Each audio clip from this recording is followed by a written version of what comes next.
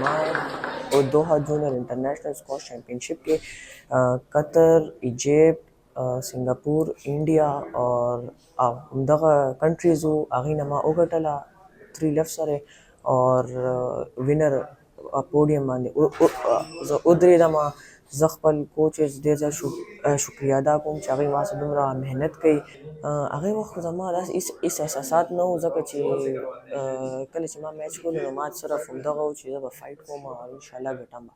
چې بیا چې کله زه پاکستان ته رالم نو بیا ما ته خیال وشو چې بیا خو ما مطلب انټرنیشنل جونیئر ټورنمنټ مې ګټلی دی او پاکستان نوم مې په دنیا لیول باندې روشن کړی دی اور انشاءالله په فیوچر کې به زه پی ایس اے کوم، ورلډ کلاس لوبه به کوم، نو هغې کې به انشاءالله پاکستان به په ټاپ باندې راځي.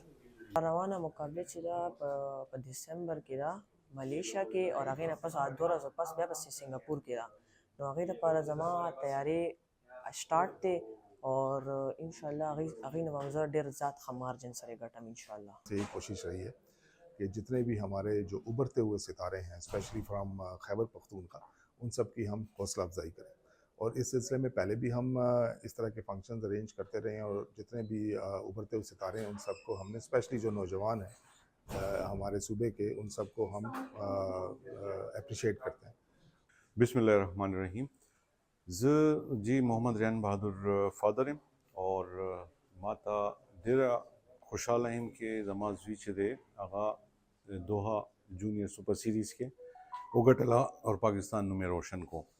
اور زه ډي ایچ اے پېښور ایڈمنسټریشن ډېر شکر ګزار یم چې هغې زما د بچي د دې ګټلو هغه چې دی ده ته مبارکباد ورکړو او د ده حوصله افزایي وکړه. دا یو ډېر ښه سټپ دی. اور دوحه جونیئر انټرنیشنل چیمپئنشپ کې ریان مقابله چې ده هغه قطر سره، سنگاپور، ایجپت اور انډین پلیر چې و هغه سره وشوه، کوم ته الحمدلله د کلین سویپ ورکو اور دا چیمپئنشپ یې انډر 15 کیټګري کې وګټلو.